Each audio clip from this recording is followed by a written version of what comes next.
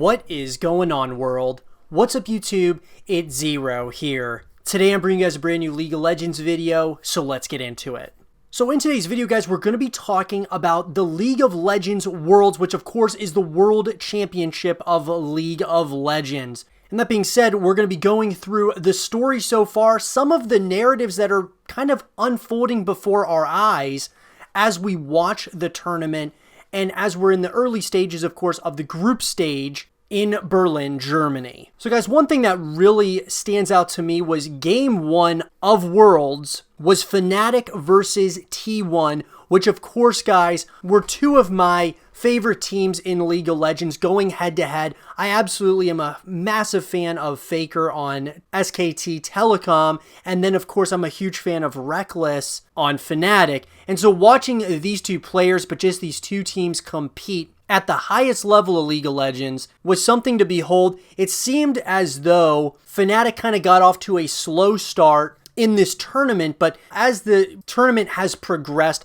they're getting better and better every step of the way. SKT has not even lost a game as of yet, or at the time of this recording, so I will say this, that at this current time, you've got SKT Telecom T1 at 2-0, and then Fnatic, of course, is 1-1. So those two teams, I mean, I think that those are two good teams, of course, in Group C. You look at the other groups, I mean, none of these groups really seem necessarily weak. I would say probably the weakest one is Group B, in my opinion. Group A and Group D both have great teams as well, but I think Group C is going to be the toughest one just because you've got SKT as well as Fnatic. An interesting match that ended up happening that was very interesting, I was not expecting it whatsoever, was Damwon beating Invictus Gaming here at Day 3 in Berlin, Germany, of course the group stages. And Damwon is a team that is actually kind of a surprise to me as far as like playing as well as they are currently, but nonetheless they were able to get that win against Invictus, which of course is going to boost their confidence moving further and further here into the tournament. You also had Team Liquid win today, so Team Liquid's looking really good. They're looking like they're pretty strong. I would say that there's a very good chance that they actually win Group D. But once again, Group D is going to be a very tight group to get out of, and a tough one to get out of, because you have three of the teams are 2-1. And then AHQ Esports Club is the one sitting at 0-3. So as this kind of progresses, as the World Championship here does progress, it's going to be interesting to see who's able to get out of these group stages. These games are going to get very intense, to say the least, and I think Group D, of course, is the closest at this point. Invictus, though, guys, losing to Damwon was a big deal just because Invictus, of course, won the World Championship last year. I was thinking that they would be 3-0 at this point, but nonetheless, they're still 2-1. That's definitely not bad by any stretch. They, of course, can still win this tournament, but it was just surprising that Damwon did win that match. FPX Esports ended up beating Splyce, which was a little bit of a surprise. Splyce is actually not playing so well. A lot of pressure may be mounting on Splyce as an organization, obviously, because this will be their last tournament in League of Legends. There's probably somewhat of an added pressure, but also a feeling of not having much pressure at all because this is the last go-around for this team.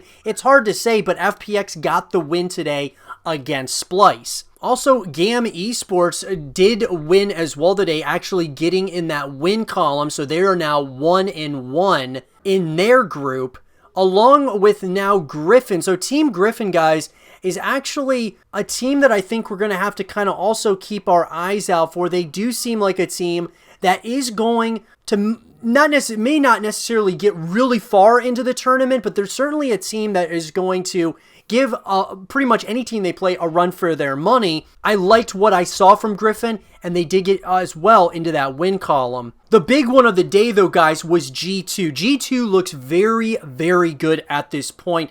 They certainly look like a team that obviously they are the favorites to win. I think that they are certainly showing that at this point in the group stages here in Berlin, beating Cloud9. Cloud9 is certainly not a push around in this group either. They are going to be very difficult, I think, as well. But the story so far, guys, you got G2 as well as SK Telecom T1 at 2-0, and then you've got everyone else has been beaten at least once. I would say of the beaten teams, we are looking at a lot of these teams are looking pretty strong. I mean, Fnatic, I think they kind of started off slow, but I think that when they're starting to build some momentum here, they are going to get moving. I think the same can be said for even Damwon, Invictus, so let's see if they can bounce back. G2 looks like a force to be reckoned with right now. And even, Team Liquid, these are all teams that could make a significant run in this tournament. Group B, I would say, guys, right now, at this very moment,